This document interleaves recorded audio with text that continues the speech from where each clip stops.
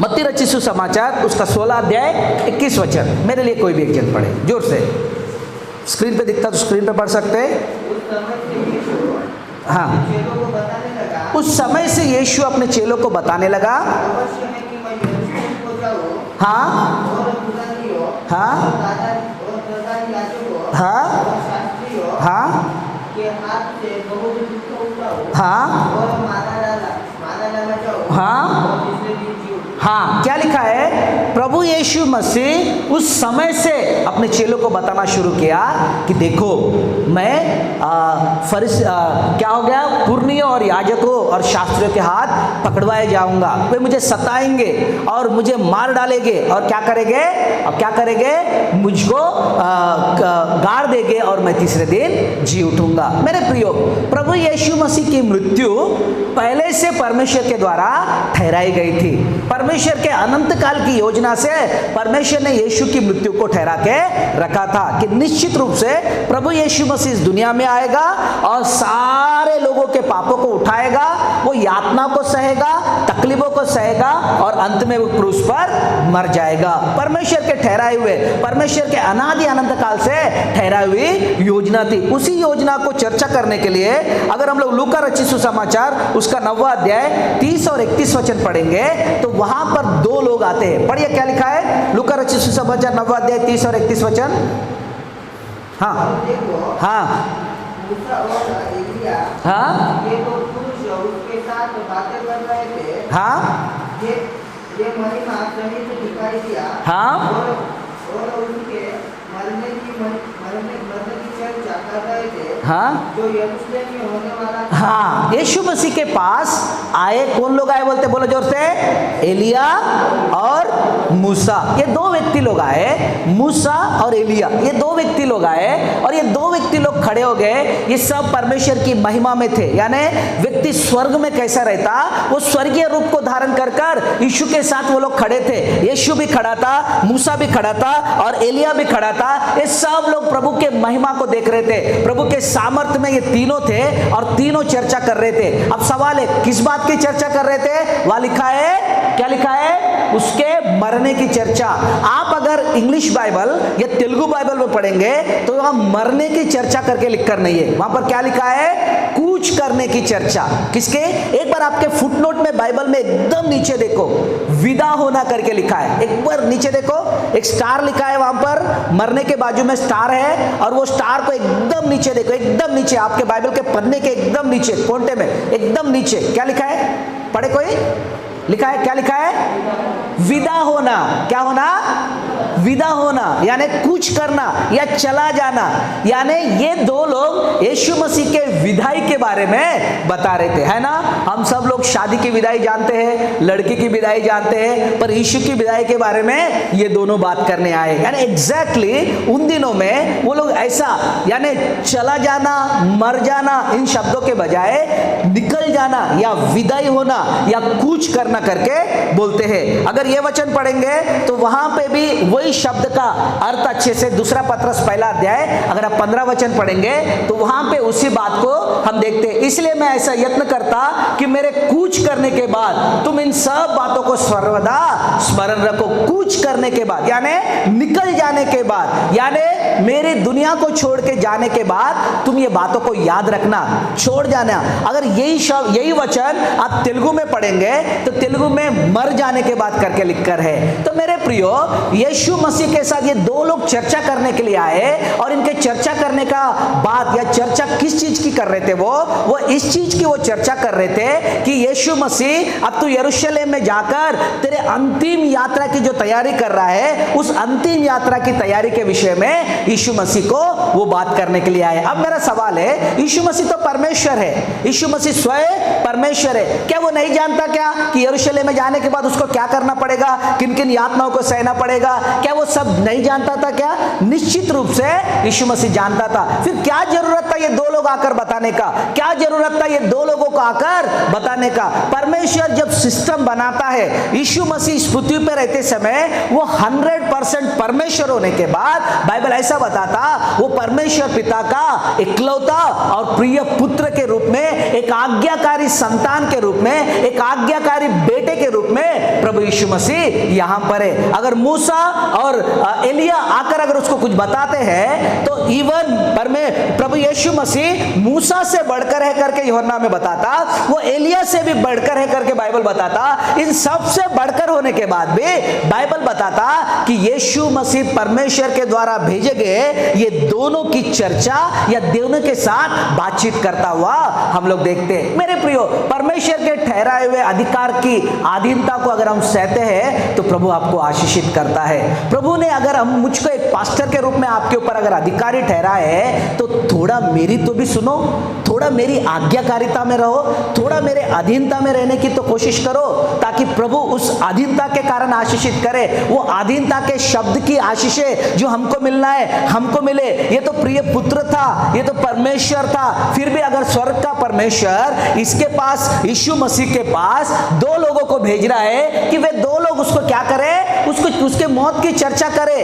क्यों मूसा भेजा गया, क्यों एलिया भेजा गया? मैं तो बहुत बार सर पटक कर सोचने की कोशिश किया, और कोई भविष्यवक्ता अब्राहम को क्यों नहीं भेजा, या फिर इसहाक को क्यों नहीं भेजा? ये सब सिर्फ मूसा ही क्यों भेजा गया, एलिया ही क्यों भेजा गया? तो बाइबल इसका कुछ चीजों में हमको वर्णन करने का कोशिश करता, जो आज हमारे पास समय है उन समय में हम सीखने की कोशिश करेंगे। मूसा इस्राएलियों को व्यवस्था दिया। हालेलुया। क्या दिया मूसा ने? मूसा ने इस्राएलियों को व्यवस्था दिया। व्यवस्था का मतलब नियम में रहना या परमेश्वर के रूल में रहना। परमेश्वर के नियम हमेशा हमको परमेश्वर के साथ जोड़कर रखते हैं। परमेश्वर के नियम हमेशा हम परमेश्वर के नजदीक आने के लिए दिए गए हैं। इन नियम शास्त्र के अंदर या ये व्यवस्था के अंदर मूसा ने कई बार यीशु मसीह को दिखाया, कई बार यीशु मसीह के मृत्यु को, यीशु मसीह के मौत को या यीशु मसीह की मृत्यु को इनडायरेक्टली उनके सामने प्रकट किया। जिसमें हम गिनती की किताब उसका अगर 21वां अध्याय 8 और 9 वचन पढ़ते तो वहां पर हम लोग अगर पहले से पढ़ेंगे तो वहां पर बहुत सारे लोग परमेश्वर के विरुद्ध कुड़कुड़ाने के कारण क्या कर रहे थे बोलते, उनको एक विषैले सांप ने काट दिया। भयानक विषैले सांप को काटे जाने के कारण वे सब लोग परेशान थे, वे सब लोग चिल्ला रहे थे, मूसा से विनती कर रहे थे, मूसा हमारे लिए दुआ कर, मूसा हमारे लिए प्रार्थना कर, ताकि हम इसमें से छूट जाए, हम इसमें से आजाद हो जाए, हम स्वतंत्र हो जाए। तब मूसा परमेश्वर से प्रार्थना करता कि परमेश्वर इनको छुड़ा। तब परमेश्वर बोलता एक सांप बना और उसको क्या कर, एक खाट पर लटका दे, एक लकड़ी पर लटका दे, तो फिर क्या हो जाएगा, उसकी और जितने लोग देखेंगे वो बच जाएंगे। तब जितने लोगों ने ये जो चिन्ह, ये जो पिक्चर है, ये इस्राएल देश का पिक्चर है, जहां पर इस्राएली लोग यात्रा करते समय में मोआब के आसपास में जब उनको सांप काटा तो उन लोगों ने ये चित्र को, ये फोटो को, या फिर उसके बाद में खंबे पर लटके वो पीतल के वो सांप को देखने के कारण वो बच गए। हाँ मेरे प्रियो, ये आज भी है। जो लोग इस्राएल जाते हैं वो लोग इस जगह को देखकर आते हैं और उसके फोटोज निकालते हैं, उसके फोटो उसके नजदीक जाकर परमेश्वर के वो चमत्कार को देख पाते हैं। हाँ मेरे प्रियो, परमेश्वर मूसा के द्वारा प्रभु यीशु मसीह इसी प्रकार उस सांप को, उस शैतान को, उस इब्लिस को जो आज मानव जाति को भरमाता है, मनुष्यों को पाप में धकेल देता है, मनुष्य के जीवन को नरक की ओर लेकर जाता है, मनुष्य का जीवन नष्ट करने के लिए प्रयत्न करता है, उसका प्रभु यीशु मसीह एक दिन ऐसे ही क्रूस पर या ऐसे ही काट पर या ऐसे ही लकड़ी पर वो न्याय करने वाला है करके मूसा के द्वारा परमेश्वर ने उन दिनों में आने वाली पीढ़ी को ये संदेश देता हुआ हम लोग देखते हैं। फिर अगर आप पढ़ेंगे तो हम लोग अगर इस्राएलियों के टेंटों को, आप सभी इसको देखो, बहुत सुंदर है। गिनती की किताब 24वां अध्याय अगर 5 वचन आप पढ़ेंगे तो वहां पर लिखा है कि बिलाम ऊपर इस्राएलियों को शाप देने के लिए पहाड़ पर खड़ा होता है। जब इस्राएलियों को शाप देने को जाता तो वो झुककर देखता, क्या देखता, इस्राएलियों के डेरे। क्या थे बोलते, इस्राएलियों के डेरे। कैसे इस्राएलियों ने अपने डेरे लगाए बोलते, जब हम देखेंगे तो बराबर एक क्रॉस बन जाता है, एक क्रूस का चिन्ह बन जाता है। इस्राएलियों के डेरे ऐसे थे जैसे कि बराबर एक क्रॉस बन जा रहा था, एक क्रूस बन जा रहा था। हाँ मेरे प्रियो, इस्राएलियों ने डेरे ऐसे डाला था कि उनके डेरों के द्वारा भी परमेश्वर ये प्रकट करना चाह रहा था कि आने वाला उद्धारकर्ता, आने वाला मुक्तिदाता निश्चित रूप से क्रूस को या भयानक क्रूस की मृत्यु को सहने वाला है। जब हम लोग और आगे जाएंगे तो हम निर्गमन की किताब को पढ़ते हैं, जो पूरा 12वां अध्याय यदि हम पढ़ेंगे तो वहां पर हम देखते हैं प्रभु यीशु मसीह वो फसह के मेमने के समान हमारे लिए बलिदान हो गया, फसह का मेमना बन गया। प्रभु यीशु मसीह वो फसह का मेमना था जो आपके और मेरे लिए, आपके और मेरे उद्धार के लिए, आपके और मेरे मुक्ति के लिए प्रभु यीशु मसीह वो फसह के मेमने के समान हम सबके लिए बलिदान होने वाला था। यदि हम और आगे पढ़ेंगे तो लेवी व्यवस्था में वहां पर पाप बलि और दोष बलि के विषय में बताया जाता है, जो हम लोग पढ़ सकते हैं। तो वहां पर प्रभु यीशु मसीह हमारे लिए वो पाप बलि बनकर क्रूस पर, पाप बलि बनकर हम सबके लिए वो बलिदान होने वाला है, वो पाप बलि के रूप में बलिदान होने वाला है करके पुराना नियम बार बार यीशु का बलिदान, यीशु के द्वारा प्राप्त मुक्ति, यीशु के द्वारा प्राप्त वो उद्धार के बारे में बार बार बताता है। हाँ मेरे प्रियो, मूसा ये बेहतर जानता था क्योंकि मूसा इन विधियों को कर चुका था, मूसा इन विधियों से गुजरा था। मूसा प्रभु यीशु मसीह के सूचक के रूप में वो सारे विधियों को, वो सारे नियमों को, वो सारे कार्यक्रमों को वो कर रहा था, जिसके द्वारा मेरे प्रियो, जिसके द्वारा ये प्रभु यीशु मसीह के बलिदान, प्रभु यीशु मसीह का छुटकारा, प्रभु यीशु मसीह मनुष्य जाति के लिए, पाप के लिए मरने वाला एक वो मेमना है जो परमेश्वर के द्वारा भेजा गया, ये मूसा बहुत अच्छी तरह से जानता था।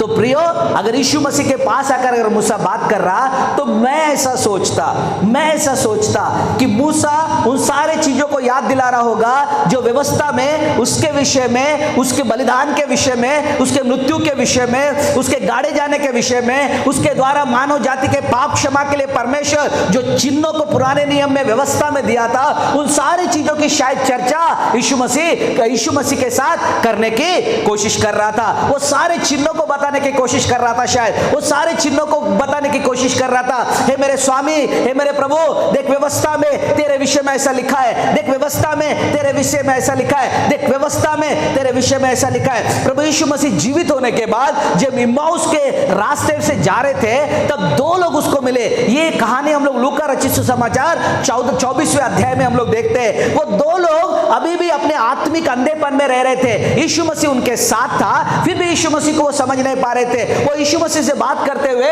यीशु को बोल रहे थे, क्या तू नहीं जानता यरूशलेम में इतनी बड़ी घटना हो गई है? देखो, एक व्यक्ति जो यीशु नासरी कहलाता वो मर गया और वो गाड़ा गया, और हमारे कुछ भाई लोग बोलते हैं कि वो जिंदा भी हो गया, और इसकी हम लोग बड़े परेशान हैं, हम बड़े कंफ्यूजन में। तब बाइबल बोलता, यीशु मसीह उनको बोलता, हे निर्बुद्धियों, क्या बोलता है? हे निर्बुद्धियों, तुम परमेश्वर के वचन को समझने में मतिमंद लोगो। मतिमंद बोले तो हमको क्लियर नहीं समझना, हे मतिमंद लोगो।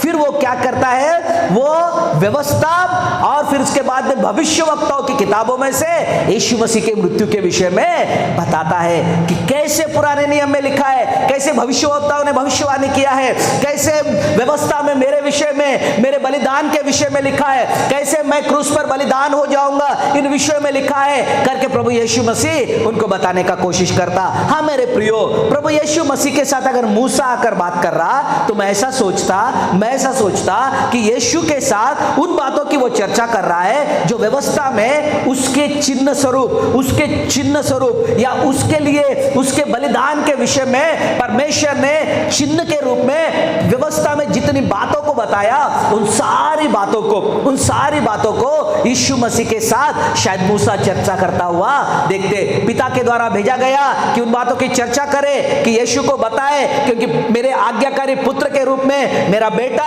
मेरी व्यवस्था में उसके बलिदान, उसके छुटकारे, उसके लहू के द्वारा मुक्ति के उस कहानी को या उन चीजों को बताए करके शायद पिता के द्वारा मूसा भेजा गया हो, ऐसा मैं विश्वास करता। तो वो सारी बातें यीशु मसीह बड़े प्यार से और उनकी चर्चा, उनकी आपस में चर्चा हो रही थी। फिर उसके बाद में हम एलिया के बारे में देखते। एग्जैक्टली एलिया के बारे में क्या हम देख पाएंगे?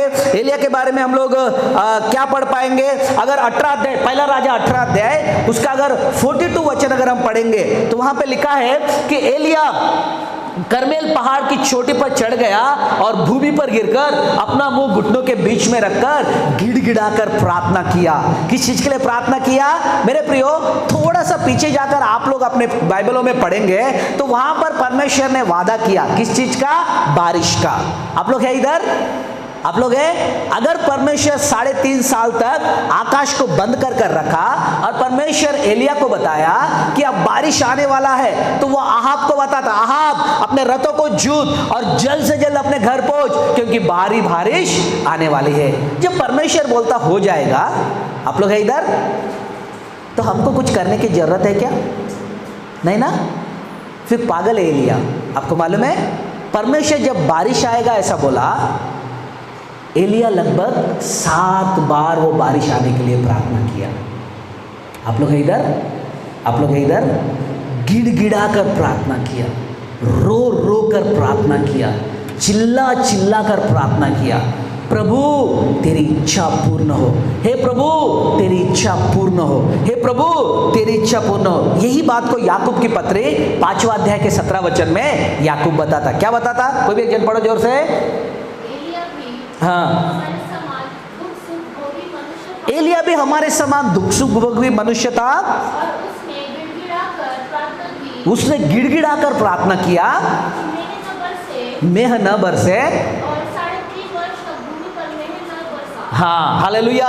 उसने प्रार्थना किया, बारिश नहीं आना, बारिश नहीं आया। जब उसने प्रार्थना किया बारिश आना, तो बाइबल बोलता वो बारिश आना शुरू हो गया। परमेश्वर ने आज्ञा दिया बारिश आएगा। Hallelujah, hallelujah. पर आप जाकर 18 अध्याय, दूसरा राजा 18 अध्याय को आप जाकर जरूर पढ़ लेना। क्या है, माफ करना, पहला राजा 18 अध्याय आप जाकर पढ़ लेना। वहाँ लिखा है कि वो गिड़गिड़ा कर प्रार्थना करता, अपने पैरों के बीच में अपना मुंह फंसा लेता।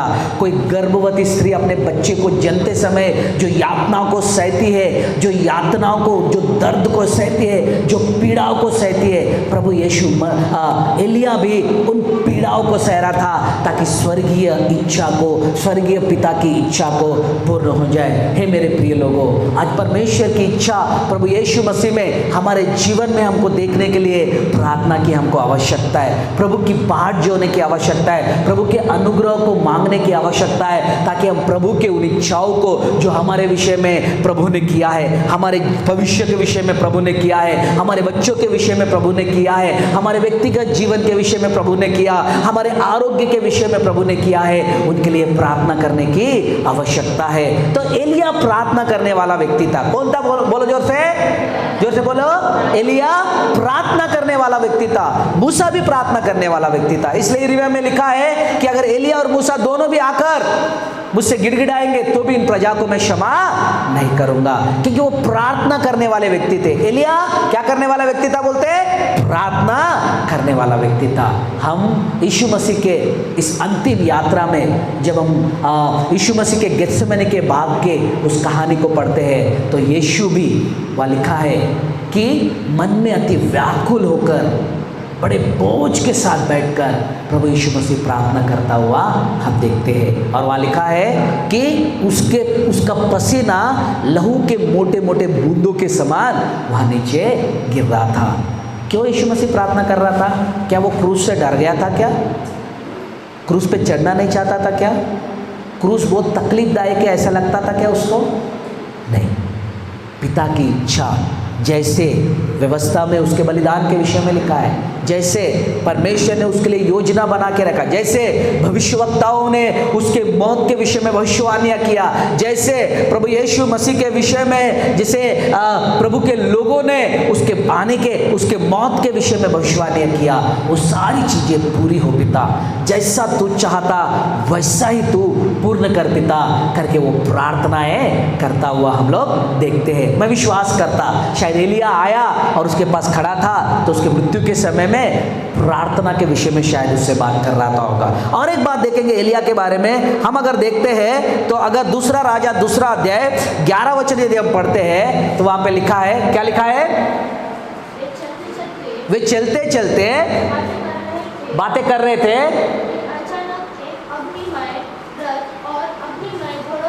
हाँ, अलग अलग किया,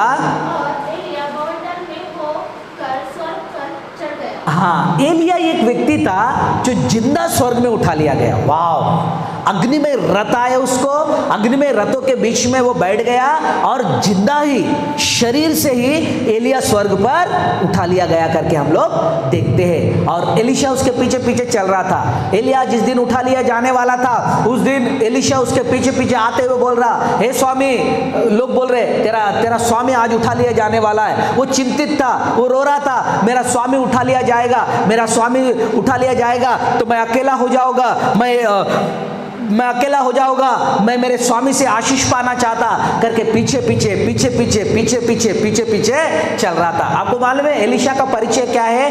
एलीशा एलिया के हाथ धुलाने वाला व्यक्ति था। बोलते क्या करने वाला व्यक्ति था? हाथ धुलाने वाला। वही दूसरे राजा की किताब में आप पढ़ेंगे तो एलीशा का परिचय ऐसा दिया जा रहा कि वो एलिया का हाथ धुलाने वाला, यानी एलिया के लिए क्या करता था? बोलते एलीशा उसको खाना लाके देता था, उसके हाथ धुलाता था, उसके बर्तन धोता था, शायद हो सकता उसके कपड़े धोता था। वाह, हालेलुया हालेलुया। बाइबल बताता एलिया का दुगना अभिषेक एलीशा पे उतरा। वाह, हालेलुया। तो एलिया के जीवन को यदि हम देखते हैं तो एलिया जीवित स्वर्ग में उठा लिया गया। अगर यीशु मसीह के साथ आकर अगर एलिया बात कर रहा है तो शायद मैं ऐसा सोचता कि शायद एलिया परमेश्वर यीशु मसीह के साथ उसके स्वर्गारोहण के विषय में भी शायद बात कर रहा।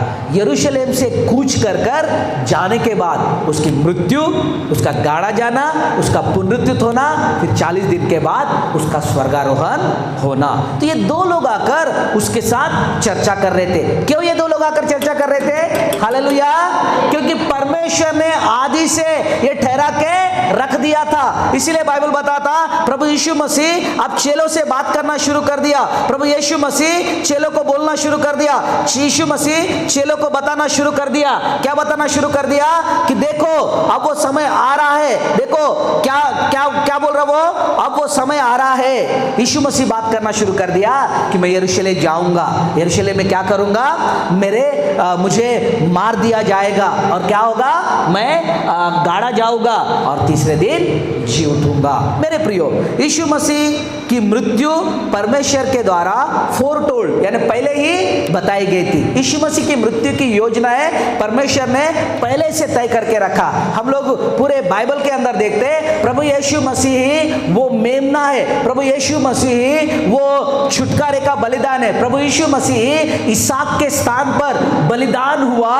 वो इकलौता एक पुत्र प्रभु यीशु मसीह है जो सारे मानव जाति के लिए बलिदान होने को आया था। ये परमेश्वर के द्वारा ठहराया हुआ, परमेश्वर के द्वारा निर्णय किया हुआ और परमेश्वर के द्वारा नियुक्त किया हुआ था। हम लोग पढ़ेंगे रोमियो की पत्री 5वां अध्याय 6 और 8 वचन पढ़ेंगे। क्योंकि जब हम निर्बल ही थे तो मसीह ठीक समय पर भक्तिहीनों के लिए मरा, परंतु परमेश्वर हम पर अपने प्रेम की भलाई इस रीति से प्रकट करता कि जब हम पापी थे तो प्रभु यीशु मसीह हम सबके लिए मरा। हाँ मेरे प्रियो, परमेश्वर को यह भाया, परमेश्वर को यह अच्छा लगा कि वो हम सब लोगों को सजा देने से अच्छा, हम सब लोगों को भयंकर यातनाओं को देने से अच्छा, हम सब लोगों को भयानक शिक्षाओं से गुजारने से अच्छा उसने अपने इकलौते पुत्र को जो हमारे लिए बलिदान होकर हमारे लिए मर गया, ताकि हम लोग परमेश्वर के अनुग्रह, परमेश्वर के प्रेम और परमेश्वर की योजना को जो हमारे और हमारे परिवार के जीवन और इस सारे संसार के लिए परमेश्वर के द्वारा ठहराई गई योजना है, उस योजना के लिए हम प्रभु को धन्यवाद दे, प्रभु की महिमा और प्रभु की बड़ाई करें। मत्ती रचित सुसमाचार 17 अध्याय 21 से 23 तक यदि हम पढ़ेंगे, कोई भी एक जन पढ़िए, फटाफट पढ़िए। हाँ, जो लिखा है वो पढ़िए, ठीक है। जब वे गलील में थे यीशु ने उनसे कहा, मनुष्य का पुत्र पकड़वाया जाएगा, मार डालेंगे, वो तीसरे दिन जी उठेगा। यीशु मसीह जैसे बताना है वैसे बराबर बता रहा था, क्योंकि अब मनुष्य का पुत्र, ये दूसरी बार यीशु मसीह बता रहा था, देखो मनुष्य का पुत्र पकड़वाया जाएगा, वो मार डाला जाएगा, वो क्या हो जाएगा, वो तीसरे दिन जी उठेगा। तब चेलों की प्रतिक्रिया क्या थी? हाँ पढ़िए 23 वचन। वे उसे मार डालेंगे, हाँ, और वह तीसरे दिन जी उठेगा। और नीचे, इस पर वे बहुत उदास हुए। इन बातों के कारण वो लोग क्या हो गए? बोलते बहुत नाराज हो गए। कौन लोग? जोर से बोलो, जोर से बोलो। चेले लोगों को बहुत बुरा लगा। They were very much discourage, वो बहुत नाराज हो गए, उनको बहुत निराशा हुई, उनको बहुत दुख हुआ, उनको उनके मन में बहुत व्याकुलता थी। क्यों यीशु मसीह ऐसे बातें करता, क्यों यीशु मसीह ऐसा बोलता? हम तो इसके साथ आशीषित है, हम तो इसके साथ बहुत सारी चीज़ों का अनुभव कर रहे, हम तो इसके साथ उत्तम से उत्तम जीवन का आनंद उठा रहे। पर यीशु मसीह बोलता कि मैं तो मरने वाला हूँ, मुझे मार डालेंगे, मैं तीसरे दिन जी उठूंगा। ये बातें उन लोगों को बहुत निराश की करके बाइबल बताता है। मेरे प्रियो, हालेलुया। परमेश्वर के अनंत काल की योजनाओं को हम अपने स्थान से खड़े होकर देख नहीं सकते। परमेश्वर के उन्नत प्लान को हम अपने जगह से हम देख नहीं सकते। इसके लिए प्रभु का अनुग्रह और प्रभु का दृष्टिकोण होना बहुत जरूरी है। अगर हम परमेश्वर के दृष्टिकोण से चीज़ों को देखेंगे तो सही में हमारे लिए आशीष का कारण है। यीशु मसीह का मरना चेलों के लिए निराशा था, परंतु यीशु मसीह का मरना सारे जगत के लिए आशीष का कारण था। अगर यीशु मसीह नहीं मरता तो मेरे प्रियो, हम मानव जाति नाश हो जाते थे, हम भयानक नरक की यातना सहते थे, हम सब लोग प्रभु से दूर जिंदगी जीते थे। सृष्टिकर्ता परमेश्वर से अलग और वो अलगाव का जिंदगी, प्रभु से दूर जिंदगी जीकर हम हमारे जीवन में नाश हो जाते थे। पर प्रभु यीशु मसीह परमेश्वर की अनंत काल की योजना को पूर्ण करते हुए प्रभु यीशु मसीह आपके और मेरे लिए बलिदान हो गया। मेरे प्रियो, आज मैं आपको इंकरेज करना चाहता, चेलों के समान क्षणिक चीज़ों के विषय में निराश होकर, क्षणिक वस्तुओं के विषय में निराश होकर हम चेलों के समान न रहे, परंतु प्रभु के अनंत काल की योजना, प्रभु के इटर्नल प्लान, प्रभु के युगान युग रहने वाले उस महान कार्य की ओर, जिसके द्वारा अनेक लोग आशीषित हो गए, जिसके द्वारा बहुतेरे प्रभु के आशीषों में सहभागी हुए, जिसके द्वारा बहुत सारे लोग प्रभु के आशीषों को, उद्धार को और मुक्ति को अनुभव करेंगे। उस पर यदि हम दृष्टि लगाए तो हम आशीषित हो गए करके प्रभु का वचन बताता। प्रभु यीशु मसीह का मरना पिता परमेश्वर के ओर से ठहराया हुआ था और उसका मरना आज आपके और मेरे लिए मुक्ति और उद्धार का कारण है। पर यीशु मसीह का मरना चेलों की दृष्टि में ये बड़ा निराशाजनक, बड़ा तकलीफदायक परिस्थिति दिखाई दे रहा था, परंतु बाइबल बोलता है प्रभु यीशु मसीह पिता की इच्छा को पूर्ण करने के लिए, हालेलुया, किसकी इच्छा को पूर्ण करने के लिए? स्वर्गीय पिता की इच्छा को पूर्ण करने के लिए अपने आप को समर्पित किया।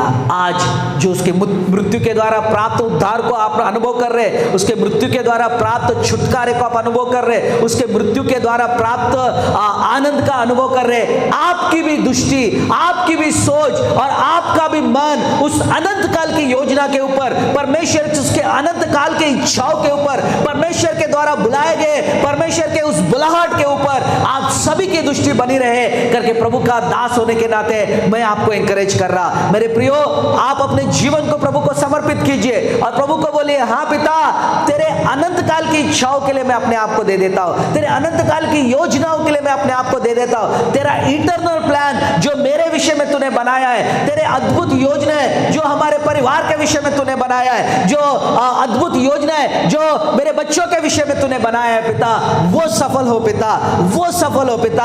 पर क्षणिक, सांसारिक और थोड़े देर के रहने वाले वो सुख से ज्यादा, क्षणिक, सांसारिक और थोड़े देर के वो आनंद से ज्यादा अनंत काल के प्रभु की योजना है हमारे जीवन में पूरी हो। इस अपेक्षा के साथ हम प्रभु के उपस्थिति में प्रार्थना करेंगे। आइए हम सब अपनी आंखों को बंद करेंगे और प्रभु से प्रार्थना करेंगे। प्रभु महान है मेरे प्रियो, प्रभु आप सबसे प्रेम करता है, प्रभु दयालु है, प्रभु अनुग्रहकारी है, प्रभु अपने अनुग्रह और दया को हम पर ढेलने वाला परमेश्वर है, कभी न बदलने वाला परमेश्वर है। यीशु मसीह की मृत्यु उसके अनंत काल की योजना का एक हिस्सा है। प्रभु यीशु मसीह की मृत्यु परमेश्वर के द्वारा मानव जाति के छुटकारे का एक बहुत बड़ा योजना है, पर चेलों के लिए वो निराशाजनक था।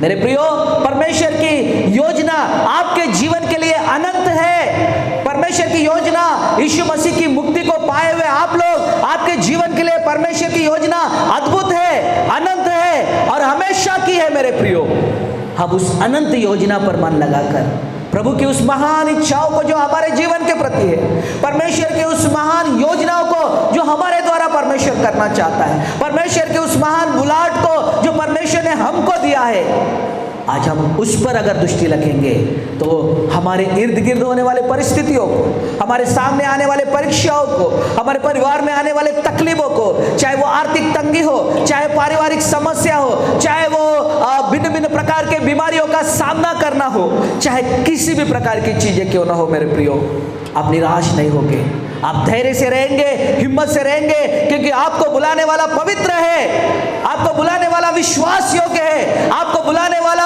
भरोसेमंद है कि हम उस पर विश्वास कर कर हम आगे बढ़ते हुए, जैसे यीशु ने अपने परमेश्वर पिता की इच्छाओं को पूर्ण करने के लिए अपने आप को समर्पित किया, हम भी परमेश्वर की इच्छाओं के लिए हम अपने आप को समर्पित करने वाले बनेंगे। प्रभु, हम यीशु के नाम में तेरे चरणों में आते हैं, तेरे वचन से तूने हमसे बोला, बातचीत किया, धन्यवाद। मेरे इन प्रियो को तू आशीषित कर, तेरे अनुग्रह और तेरे दया से भर, ताकि तेरी महिमा, तेरी बड़ाई, तेरा गौरव बोलता ऐसे हो, ताकि हे स्वर्ग के प्रभु तू बड़े, हम घटे, मेरे परमेश्वर, तेरी इच्छा पूरी हो, तेरे नाम का गौरव हो, तेरे नाम का सम्मान हो, तेरे इच्छाओं को प्रभु हमारे जीवन, तेरी योजनाओं को हमारे जीवन में परिपूर्ण होता हुआ हम देख सके। पिता यीशु, हम तुझे धन्यवाद देते, सारी महिमा तुझे देते, धन्यवाद के साथ यीशु के नाम में प्रार्थना मांगते, सुनो, ग्रहण कर मेरे पिता।